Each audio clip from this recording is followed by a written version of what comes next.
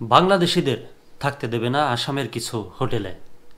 বাংলাদেশে হিন্দু এবং অন্যান্য সংখ্যালঘুর অবস্থা নিয়ে কথিত উদ্বেগ জানিয়ে এবার বাংলাদেশিদের হোটেল ভাড়া না দেওয়া ঘোষণা দিল আসামের বরাক উপত্যকার হোটেল মালিকেরা। স্থানীয় সময় শুক্রবার বরাক উপত্যকা হোটেল ও রেস্তোরাঁ মালিক সমিতি এ সিদ্ধান্ত নিয়েছে বলে জানিয়েছে দেশটির সংবাদ মাধ্যম দ্য হিন্দু। সমিতির সভাপতি বাবুল রায় বলেন, বাংলাদেশে হিন্দু ও অন্যান্য সংখ্যালঘুদের অবস্থা উদ্বেগজনক। এটা আমরা কোনোভাবেই মেনে নিতে পারি না। তাই আমরা সিদ্ধান্ত নিয়েছি পরিস্থিতি উন্নতি না হওয়া পর্যন্ত এবং হিন্দুদের উপর অত্যাচার বন্ধ না হওয়া পর্যন্ত বরাক উপত্যকার 3টি জেলাতেই সে দেশের কোনো নাগরিককে আশ্রয় দেওয়া বন্ধ করা হবে। তিনি বলেন, বাংলাদেশের জনগণকে অবশ্যই দেশে স্থিতিশীলতা ফিরিয়ে আনা নিশ্চিত করতে হবে।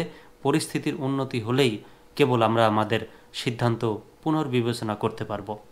এর আগে ত্রিপুরা ও পশ্চিমবঙ্গ কয়েকটি জেলার হোটেল ব্যবসায়ীরাও একই ধরনের সিদ্ধান্ত নেন। এছাড়া কয়েকদিন আগেও কট্টর হিন্দুত্ববাদী বজরং দল শিলচর নামক স্থানে গ্লোবাল এক্সপোর আয়োজকদের বাংলাদেশি পণ্য বিক্রির 2টি স্টল বন্ধ করতে বলেছিল। তাদের দাবি পরে মেনেও নেওয়া হয়। সম্প্রতি ত্রিপুরার আগরতলায় বাংলাদেশ সহকারী হাই কমিশনে হামলা চলায় কট্টর হিন্দুত্ববাদী সংগঠনের লোকজন সেখানে বাংলাদেশের পতাকা নামিয়ে তাতে আগুন দেয় তারা। পরে এ ঘটনাকে দুঃখজনক উল্লেখ করে বিবৃতি দেয় ভারতের পররাষ্ট্র মন্ত্রণালয়। একদিকে খবর দেখছি ভারতের হোটেল ব্যবসায়ীরা মন্দা যাচ্ছে তাদের ব্যবসা, বাংলাদেশের পর্যটক তারা পাচ্ছেন না। অন্যদিকে আজকে আবার খবর দেখলাম তারা বাংলাদেশের কোনো পর্যটক আশ্রয় দেবেন না বা হোটেল ভাড়া দেবেন না। আবার বলেছেন কোনো বাংলাদেশিদেরকে তারা আশ্রয় দিবেন না যদি বাংলাদেশের সংখ্যালঘু নির্যাতন উন্নতি না হয়। এদিকে কিন্তু তারা শেখ হাসিনাকেও আশ্রয় দিয়ে রেখেছেন। তাহলে তিনি কি বাংলাদেশি না? আজকে বাংলা ভিশনের একটা খবর দেখলাম।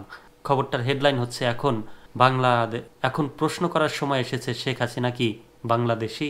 একদিকে তারা আশ্রয় দিচ্ছেন, শেখ হাসিনা সহ আরও বেশ কিছু নেতা আছে ভারতে, গণমাধ্যমে পাওয়া যায় বা খবর আসছে। তো তারা কি এখন বাংলাদেশের নাগরিকত্ব ছেড়ে দিবেন?